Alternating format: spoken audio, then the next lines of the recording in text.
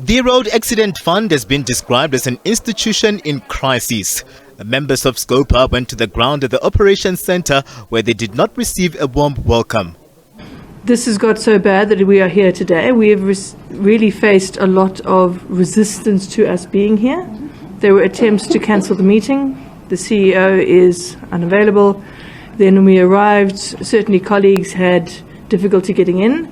And all through our tour today through the building, we have been shadowed by security. There has been an unwillingness for management to allow people to engage. These Scopa members carried on with their oversight work as they tried to get a sense of the widespread challenges facing the RAF. We deliberately came here at the center because we did not want to go to the posh offices wherever they are in Midrand. We wanted to where the rubber hits the road, just to see the processing center and all of that.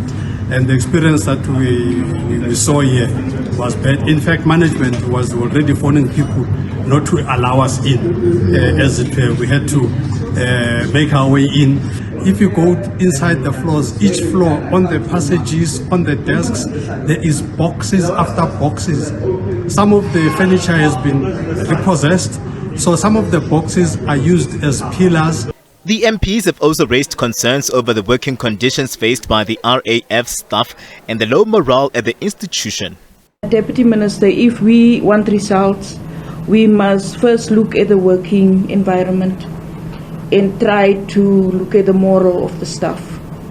Because it's painful to hear the outcry from officials here, will you rescue us?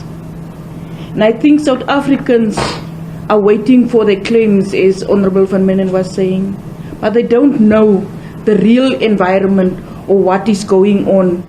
Scopa wants immediate action taken against the board and the entity's operations investigated. We need to now look at solutions.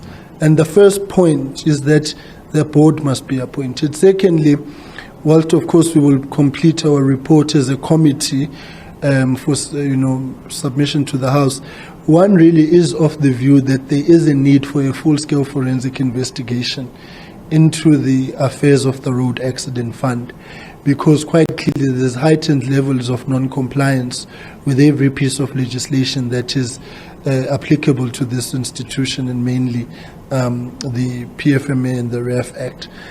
And we do believe that there is negligence in dealing with cases. But the Deputy Transport Minister has promised to act on the concerns raised.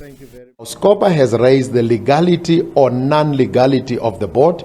It's something that we will look into and make sure that there are no lapses in legislation.